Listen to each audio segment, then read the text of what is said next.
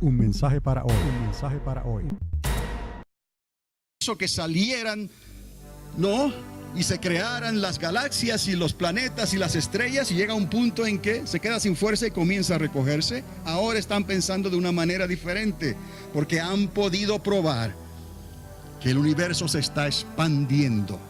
Más bien el espacio que existe entre las galaxias y las estrellas, el espacio se está expandiendo a 2,2 millones de millas por hora. Entonces, eso no deja más que un resultado, es que posiblemente entonces es como un desgarramiento cósmico, donde todo lo que hay llegará a un momento en que se desgarra de tal manera, se enfría todo y se deshace todo. Algo así como lo que estaba hablando el apóstol Pedro. Pero el apóstol Pedro introduce el fuego. Quiere decir que esta catástrofe cósmica va a producir un estallido, un estruendo enorme que acontecerá y predecerá a la destrucción o a lo que va a ocurrirle al universo cuando las potencias de los cielos sean conmovidas. Y entender estas cosas nos ayuda a explicar entonces que la tierra, número uno, no va a ser destruida en este tiempo, porque Dios tiene planes con un milenio que Él ha prometido y va a establecer en esta tierra. Y después de esos 1000 años es que entonces las potencias de los cielos serán conmovidas. Y que entonces podemos entender cuando Dios dice cielos nuevos y tierra nueva.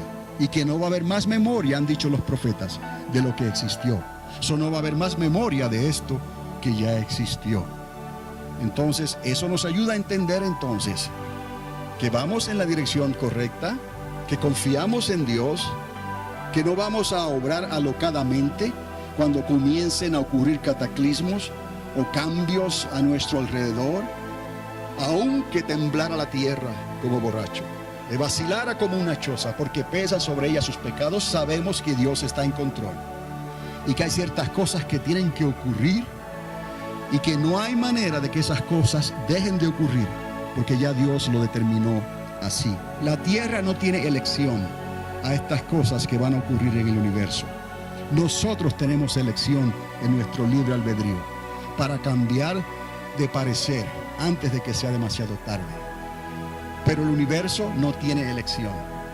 El universo va en una dirección y no hay quien lo pare hasta que Dios intercepte su propia creación. Y entonces Él quitará lo viejo y traerá lo nuevo. Si lo podemos entender así, nos va a ayudar para cuando también lo estemos hablando a personas que nos pregunten sobre estas cosas. Entonces, les hablé también sobre esa nueva ciudad, esa patria celestial. Es muy peculiar, porque esta ciudad tiene unas medidas exactas. Les hablé de los 200 estadios, les hablé de la altura de 8000 pies, desde el nivel del mar hasta el tope de la ciudad. No es que tenga murallas, tendrá murallas, pero esas murallas no van a estar ahí para proteger la ciudad, porque las puertas siempre van a estar abiertas.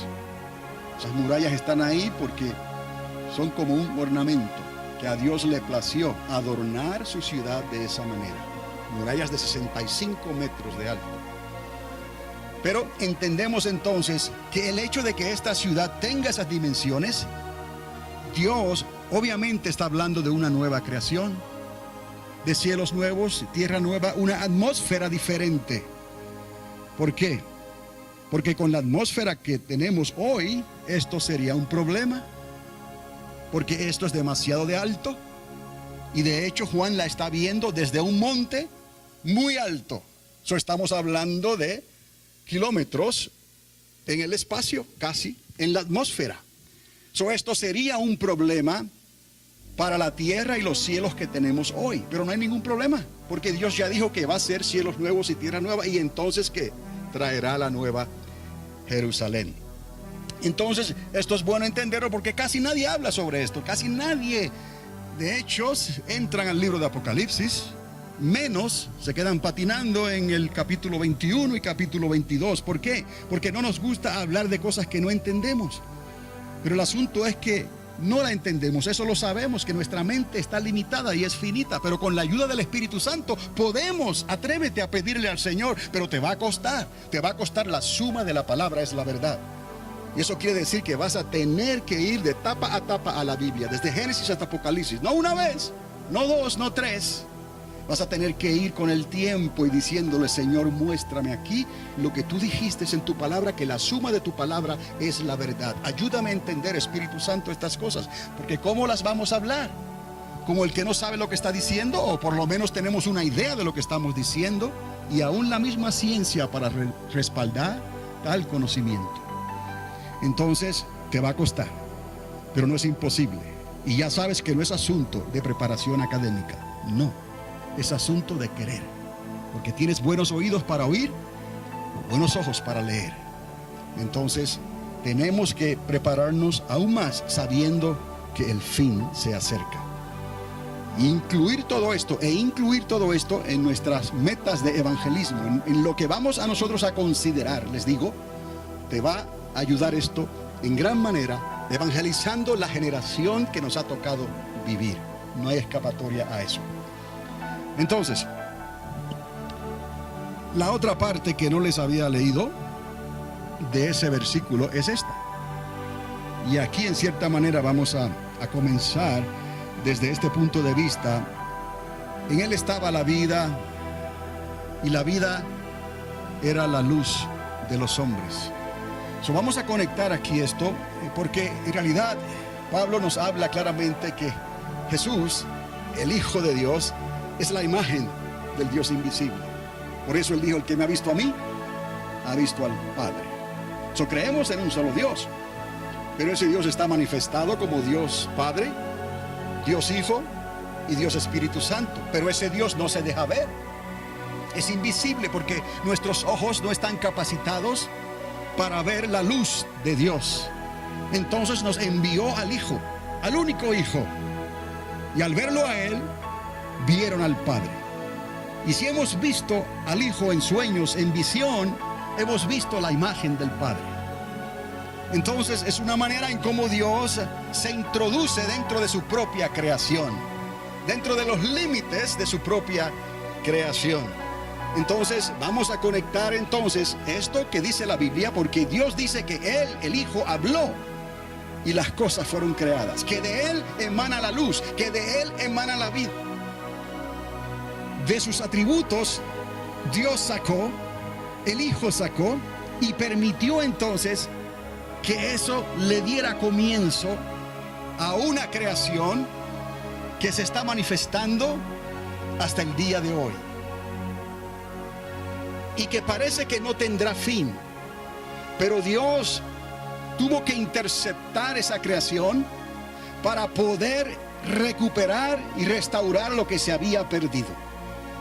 Si Adán y Eva hubiesen obedecido a Dios, esta historia hubiera tomado un curso diferente. Si ellos hubieran extendido su mano y hubiesen comido del fruto del árbol de la vida, esto hubiese tenido otro final, otra proyección, como la que conocemos hoy.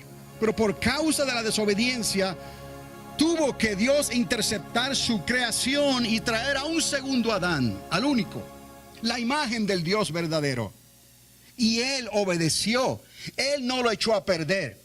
Pero fue más difícil, porque lo que hizo Adán y Eva le dieron derecho legal al príncipe de este mundo, al usurpador, al que quiso subirse a la altura de Dios. Y entonces le dio derecho legal sobre esta creación.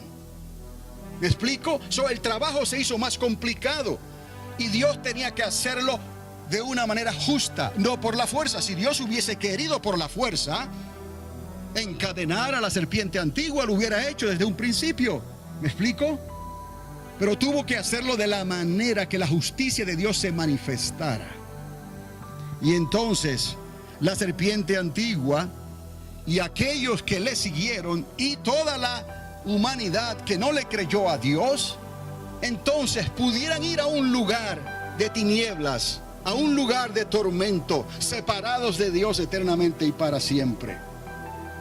La única manera que Dios pudo haber hecho eso fue trayendo a Jesús como hombre y en obediencia se sometió hasta una muerte de cruz, para entonces con su sangre redimirnos, comprarnos otra vez y resucitar de entre los muertos al tercer día y estar sentado a la diestra del Padre, la imagen de Dios, sentado a la diestra del Padre. Y Él vendrá otra vez a esta tierra a juzgar a estas naciones por última vez, a establecer su reino 1000 años, para entonces, después de haber restaurado toda la casa de Israel, toda la casa de Israel. ¿Me explico? Esa fue la promesa que se le dio a Abraham. Eso tiene que cumplirse.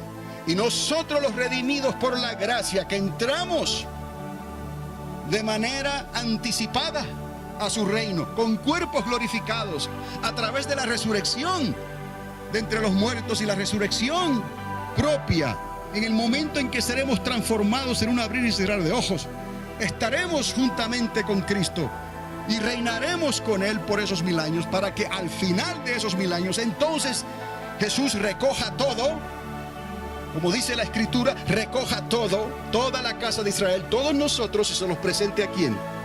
Al Padre.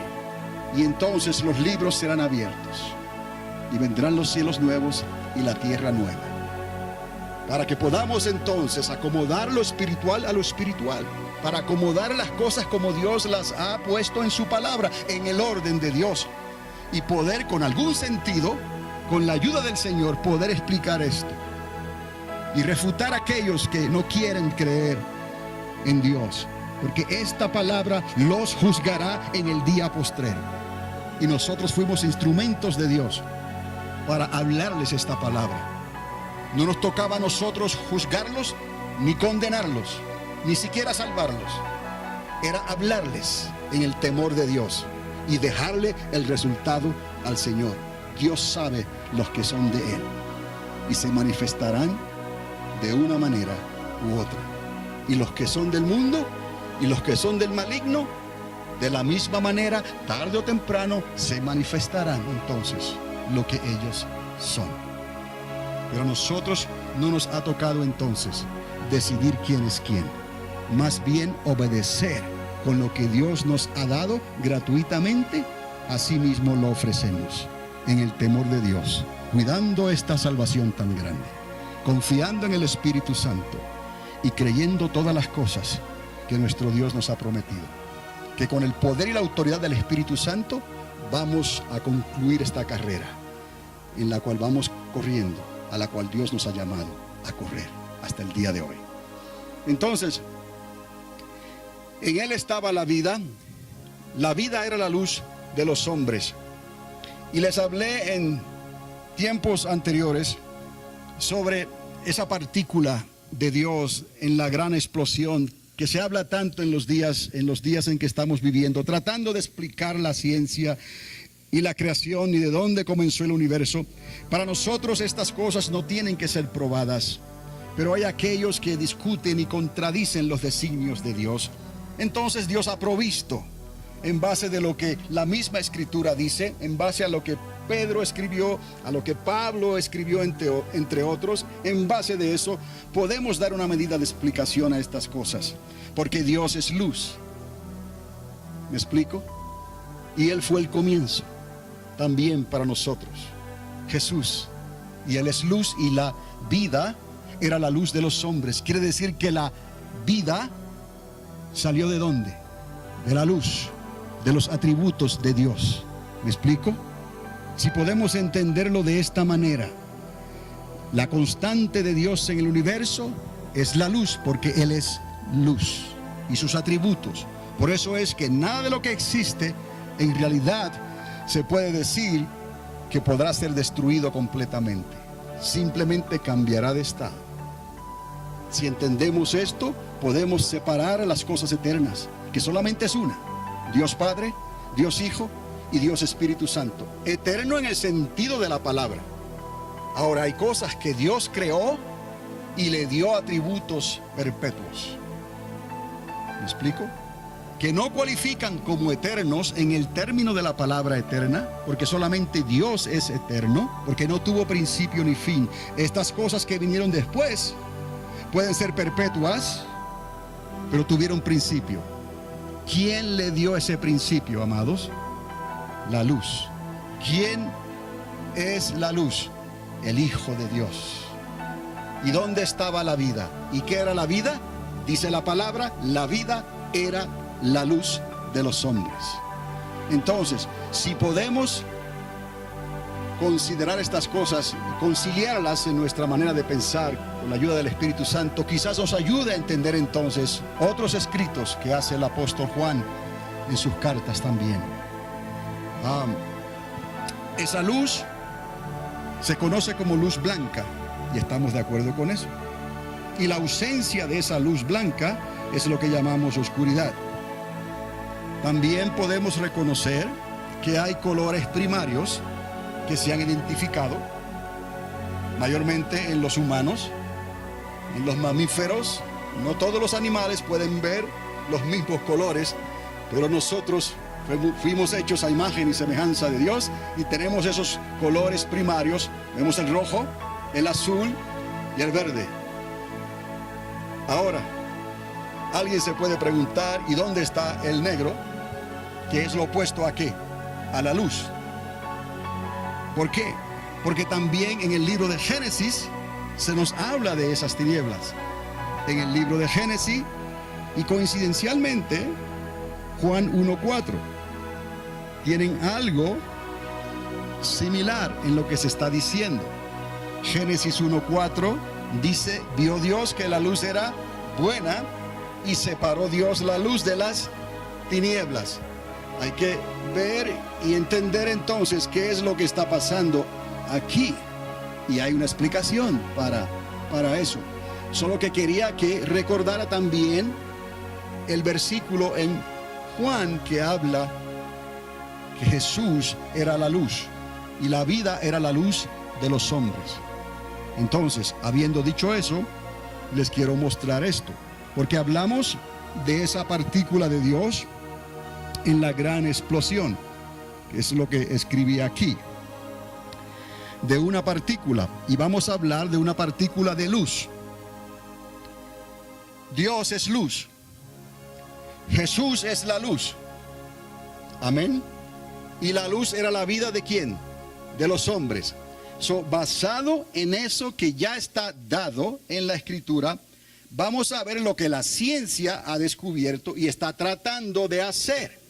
La ciencia está tratando de quebrar, de romper las partículas más pequeñas que hay, en lo más pequeño que pueda romperse o quebrarse. Digamos un átomo, romperlo, a ver qué sale de ahí. Y si de ahí sale algo, identificar eso y romperlo todavía aún más, porque quieren llegar a esa partícula que le dio comienzo al universo. Entonces, vamos bien y no hay ningún conflicto aquí. No hay nada de malo que usted como hijo y como hija de Dios quiera entender estas cosas, y están ahí para que sean mostradas y usted puede informarse sobre el rompimiento de estas partículas que le llaman subatómicas, tan pequeñitas que le llaman de esa manera. Ahora, en este lugar de Ginebra, Suiza, han construido esto que usted ve aquí como un gran círculo, y lo que ellos están haciendo aquí es que están tomando esas partículas subatómicas pequeñas, las están acelerando, empujando casi a la velocidad de la luz, y luego las ponen en dirección contraria. ¿Para qué usted cree? Que haya una colisión, un choque. Y de ahí que el nombre de esto se relacione a un colisionador, si se puede usar esa palabra. Lo que están haciendo es que están generando esas partículas, las están acelerando y luego las hacen chocar para ver qué sale de ellas, para entonces identificar esas partículas pequeñas, hacer lo mismo, a ver hasta dónde llegan, y llegaron a la partícula de Dios que quieren ellos identificar. Lo que yo estoy haciendo aquí, amados, es que la palabra dice que Dios es luz, Y sabemos que la luz también se manifiesta en partículas. Y que la luz son atributos de Dios. Y que no hay velocidad más rápida que la velocidad de la luz. Basado en esas constantes, ellos saben y están utilizando esas constantes y están tratando de encontrar la partícula más pequeña para entonces. Un mensaje para hoy. Un mensaje para hoy.